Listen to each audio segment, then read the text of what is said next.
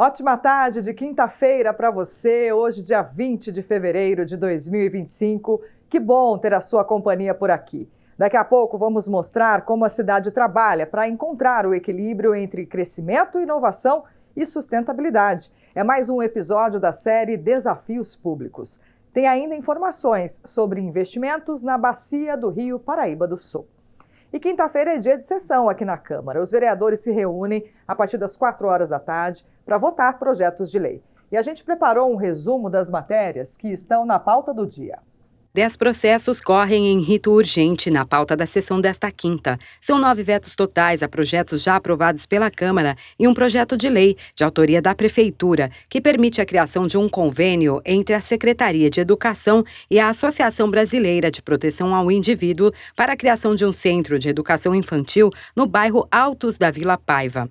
Outras 5 propostas seguem em rito ordinário. Uma delas, apresentada pelo vereador Fernando Petiti, que quer instituir na cidade a campanha Pet na Sombra. O objetivo é conscientizar a população sobre os riscos do calor intenso para os pets. Outro projeto, este do vereador Fabião Zagueiro, quer criar um programa municipal de combate aos maus-tratos contra crianças e adolescentes com deficiência. A meta é assegurar a obrigação de hospitais, unidades de saúde e escolas da cidade a comunicar o Conselho Tutelar e o Ministério Público em casos de violência contra crianças e adolescentes deficientes. Fabião ainda é autor de outro projeto da pauta. A matéria busca promover ações educativas e conscientização sobre o transtorno do espectro autista.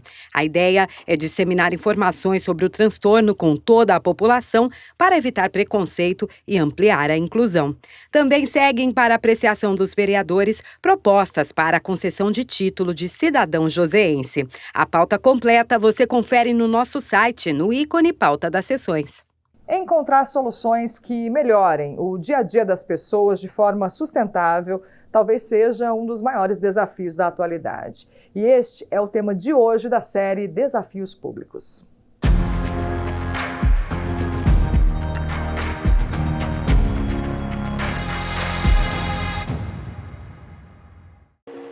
A expansão urbana modifica a paisagem e impacta os recursos naturais. Com o aumento populacional, o controle da redução de áreas verdes e a necessidade de um planejamento sustentável se tornam cada vez mais desafiadores. O termo sustentabilidade em si, já traz essa base, que você tem a sustentabilidade, que é o tripé, o social, o econômico e o ambiental. Nenhum desses pode estar muito distante. Você tem que ter um equilíbrio para você ter uma sociedade mínima, que conviva com bem-estar mínimo de saúde, educação, lazer.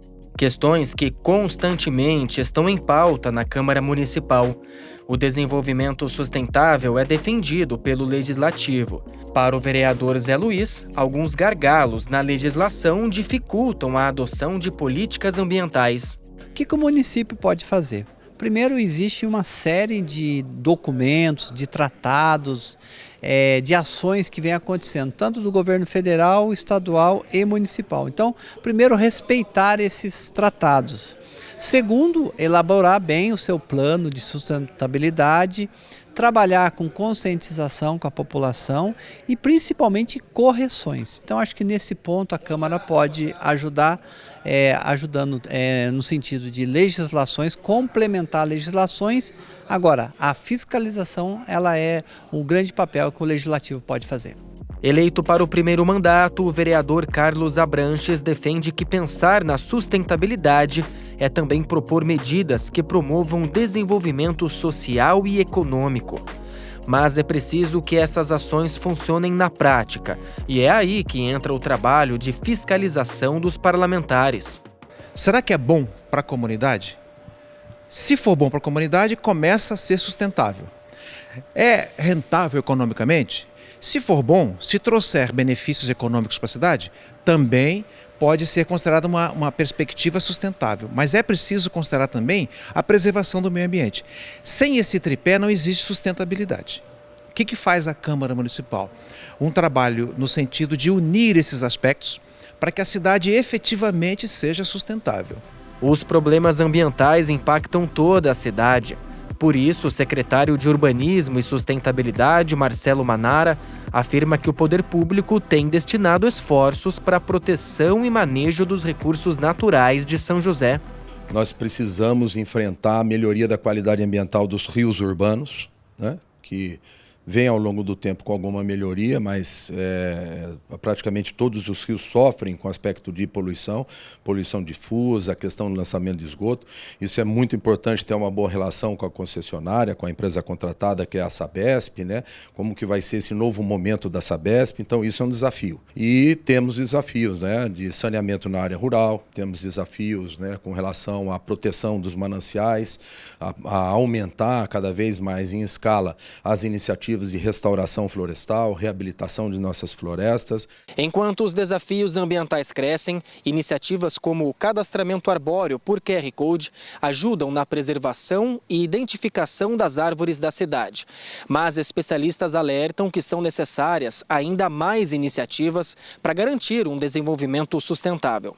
É uma união que envolve poder público e população. Que nós teremos a oportunidade de discutirmos agora, né, a partir de 2026 até 2027, que é o plano diretor do município, entendeu? Para ter a participação social, para colocarmos essas práticas de reciclagem, né, a coleta do lixo. Um outro exemplo, a nossa Urban, o caminhão da Urban passa no bairro todos os dias.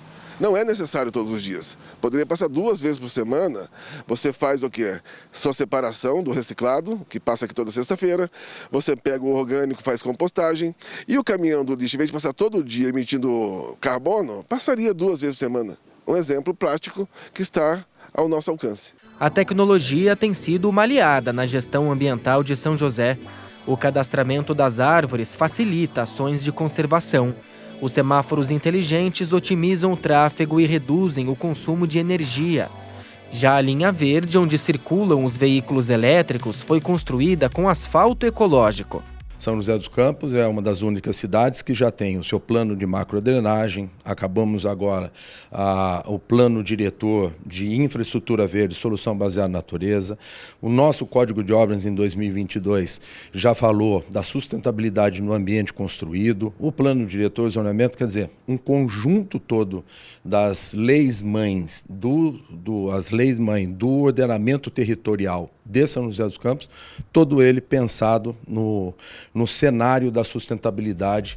Essas iniciativas garantiram a São José o título de cidade inteligente, sustentável e resiliente, emitido pela ABNT, a Associação Brasileira de Normas Técnicas. A questão da sustentabilidade está diretamente relacionada à oferta ao joseense de uma cidade que provê qualidade de vida. O segundo, uma cidade resiliente. Uma cidade resiliente é aquela cidade que se prepara e se adapta às condições das mudanças climáticas. E sustentabilidade, porque todo o arcabouço de ações, planos de ações e políticas públicas, elas têm que ser orquestradas com os critérios de sustentabilidade para que elas tenham efeito, né, em vários setores. E o compromisso com a sustentabilidade também passa por decisões políticas. Na Câmara, os parlamentares têm dialogado com o Poder Executivo. Uma proposta que pode ajudar a reduzir a poluição na cidade é a substituição da frota de ônibus por veículos elétricos, uma cobrança do vereador Carlos Abranches. Isso vai trazer um benefício porque vai evitar que seja gerado a queima de combustível fóssil e prejudicar ainda mais o ambiente local. Então esse é um dos pontos que precisa ser cobrado.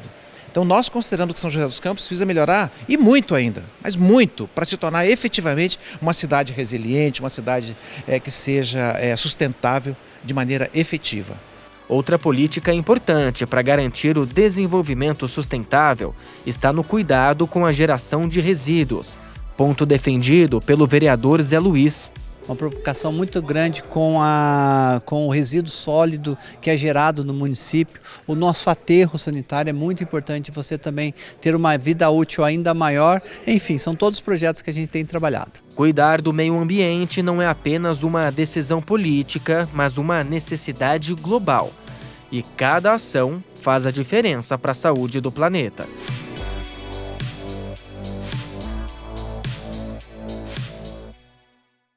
E olha, amanhã a gente exibe o último episódio da série Desafios Públicos com o tema segurança.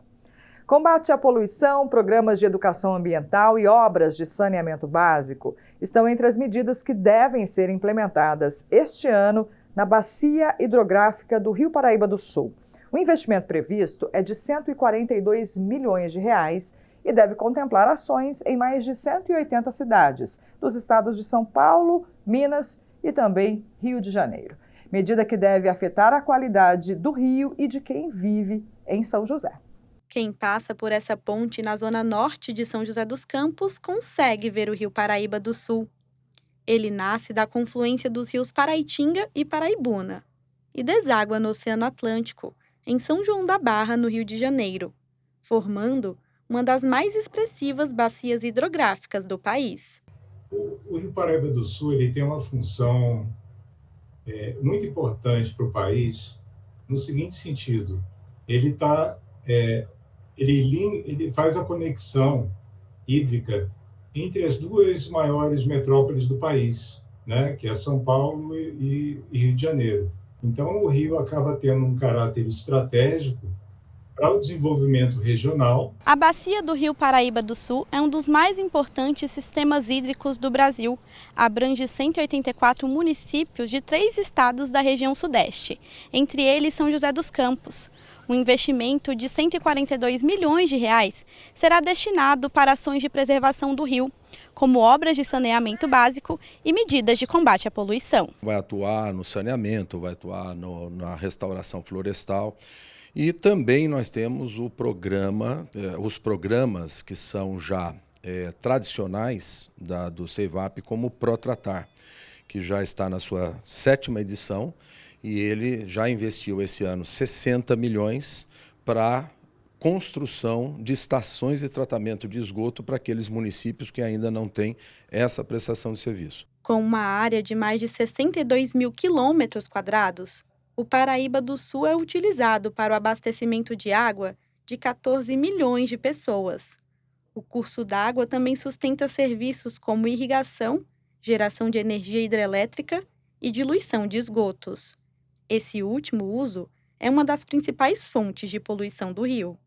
Toda vez que o rio passa por uma cidade de grande porte, ela inevitavelmente acaba tendo impactos ambientais decorrentes dos aportes dos efluentes domésticos, principalmente, mas também efluentes industriais que caem nesses rios, né?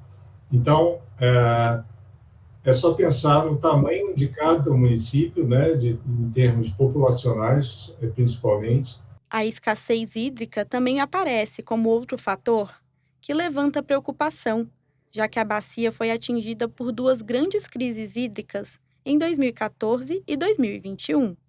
De acordo com o presidente da CEIVAP, o Comitê de Integração da Bacia Hidrográfica do Rio Paraíba do Sul, investir na melhoria da qualidade ambiental da água deve ser prioridade. Nós tivemos, 2014, 2015, a maior crise hídrica da história de São Paulo, que resultou nessa transposição das nossas águas para São Paulo.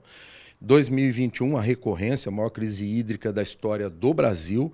Então, o cenário de escassez hídrica é uma coisa muito preocupante e cabe aos comitês de bacia e aos comitês de integração desempenhar essa política de governança da água para que a gente tenha condições de investir na melhoria da qualidade ambiental para que tenhamos água em quantidade e qualidade. Para o especialista em regulação de recursos hídricos, recuperar e corrigir os problemas da bacia hidrográfica é um processo de longo prazo.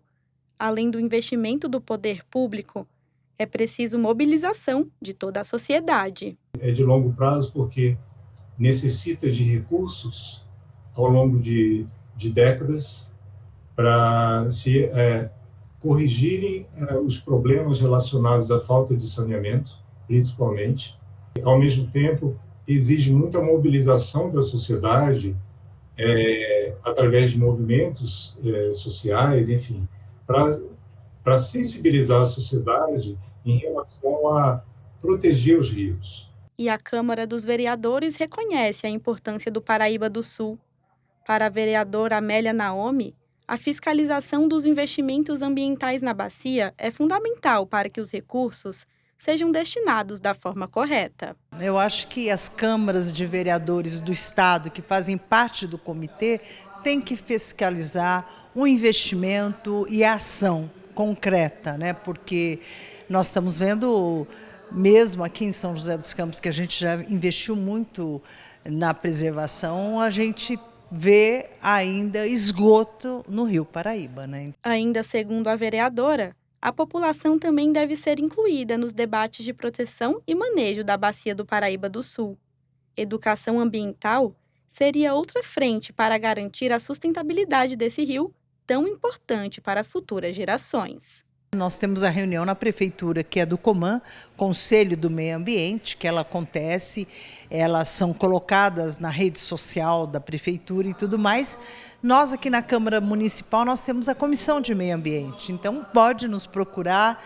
Também a comissão deve propor um debate sobre o Rio Paraíba. E o número de denúncias de intolerância religiosa registrou alta de quase 67% em 2024. Foram mais de 2.400 ligações para o Disque 100. A intolerância religiosa é crime e a lei prevê pena de 2 a 5 anos de prisão. Diego cresceu em uma família de tradições religiosas diversas, mas optou seguir as de matrizes africanas ainda jovem. Aos 13 anos, conheceu o candomblé e a umbanda e segue os ensinamentos até hoje. A decisão não foi fácil. Por conta da intolerância de algumas pessoas, já enfrentou situações complicadas. Acho que o caso mais em destaque foi o caso que eu mesmo sofri intolerância religiosa aqui em São José dos Campos. A gente foi fazer um trabalho espiritual na porta de um cemitério aqui da cidade e a pessoa que a gente se deparou quando eu sofri essa intolerância, ela fez um disparo de 4 tiros contra a gente. Então, assim, além da intolerância, ainda foi uma tentativa de homicídio ainda. Quem também já sofreu preconceito por conta da crença foi o Márcio, pastor de uma igreja batista em São José dos Campos. Ele acredita que esse comportamento é reflexo do desrespeito e desinformação de algumas pessoas que não aceitam algumas tradições religiosas. Pelo fato de nós evangélicos termos alguns hábitos diferentes da maioria, às vezes a gente ouve alguns comentários pejorativos, há histórias muito tristes, né, de pessoas que compartilham em redes sociais, né, pessoas que por terceiros a gente acaba ouvindo dizer, né. Então eu sei que isso é uma realidade e a gente sabe que a sociedade precisa trabalhar para amenizar ou erradicar a intolerância religiosa. E os casos sentidos pelo Márcio e pelo Diego são apenas alguns exemplos de um problema que acontece em todo o Brasil. Segundo dados do Ministério dos Direitos Humanos e Cidadania, o Disque 100 registrou mais de 2.400 denúncias de intolerância religiosa no ano de 2024. Um aumento de 66% em relação ao ano de 2023. Mas ainda tem muita coisa, ainda tem muita gente que vem sofrendo que ainda não é falado, que sofre discriminação racial ou discriminação religiosa ou a própria intolerância mesmo e não é falado ainda. A intolerância religiosa é crime no Brasil. Atos como discriminação, perturbação de cultos e o vandalismo de objetos religiosos são alguns exemplos destacados na legislação. A intolerância religiosa é a discriminação contra qualquer religião, manifestando-se por ofensa, restrição ao culto e até violência. Já o racismo religioso ocorre quando essa discriminação está ligada à raça ou etnia, atingindo principalmente religiões de matriz africana, como candomblé e umbanda. A diferença é que, enquanto a intolerância religiosa pode afetar qualquer crença, o racismo religioso é enquadrado como crime de racismo, sendo inafiançável e imprescritível. Já aqui em São José, uma lei aprovada de autoria do vereador Marcelo Garcia determina multas para quem invadir, impedir ou perturbar uma cerimônia ou culto religioso. Segundo o parlamentar, a proposta foi criada para reforçar o respeito e o direito à crença, não importa de qual religião. Eu resolvi colocar aqui esse projeto para que determine multa realmente, e olha que a Constituição já diz que o local do culto, da missa, da cerimônia religiosa é um lugar que não pode ser violado, tem que ser respeitado. Mas aqui em São José dos Campos nós colocamos multa. Então, a pessoa que vai num templo, vai numa igreja, ele tem que ter um momento de paz, um momento de tranquilidade, é assim que ele espera. O vereador Marcelo Garcia também destaca que o poder público pode contribuir com o debate por meio de campanhas educativas. As pessoas escolhem seus caminhos, as suas religiões, as suas crenças, e a Constituição diz que o país é laico, ele não tem uma religião oficial. Eu creio que o debate, a boa conversa, o diálogo, o respeito acima de tudo, nós vamos estar aí diminuindo a intolerância religiosa. É sempre importante reforçar o direito à crença, garantido a qualquer cidadão. Além da conscientização e apoio, denunciar casos de intolerância religiosa podem ajudar contra atos de preconceito. Atualmente nós temos o Disque 100, que pode ser realizada a denúncia. Ele funciona 24 horas, 7 dias por semana. Então, se acontecer o fato, você pode ligar na hora que vai ter alguém disponível para te atender. E referente também às denúncias, vocês podem ir na delegacia mais próxima e ao Ministério Público também. Tem que procurar os órgãos fiscalizadores, tem que denunciar, tem que ligar no Disque Denúncia, se possível na delegacia, tá? A gente tem que brigar pelo nosso direito. A religião ela precisa promover segurança da integridade física e social das pessoas e psicológica, né? Então, nesse sentido, sim, o diálogo interreligioso é extremamente importante para o desenvolvimento de uma sociedade civil. Aqui no Boletim, a gente sempre apresenta os projetos aprovados pelos vereadores no quadro Agora é Lei. Agora é lei. As escolas municipais de São José dos Campos agora poderão realizar atividades educativas com o tema da segurança digital. Essa é a proposta de uma lei em vigor na cidade que oficializa a realização de uma campanha escolar voltada para o assunto. Com isso, os alunos poderão pesquisar sobre os impactos da tecnologia no cotidiano, aprender sobre o conceito de cibercidadania e se conscientizar sobre os riscos presentes no ambiente virtual. A meta é fazer com que os estudantes tenham domínio sobre as novas ferramentas digitais, mas também saibam os limites para não cair em golpes ou expor dados pessoais. Agora é lei. Ainda sobre campanhas educativas, outra lei sancionada na cidade autoriza o município a instituir um programa de desenvolvimento da saúde mental e inteligência emocional nas escolas de São José.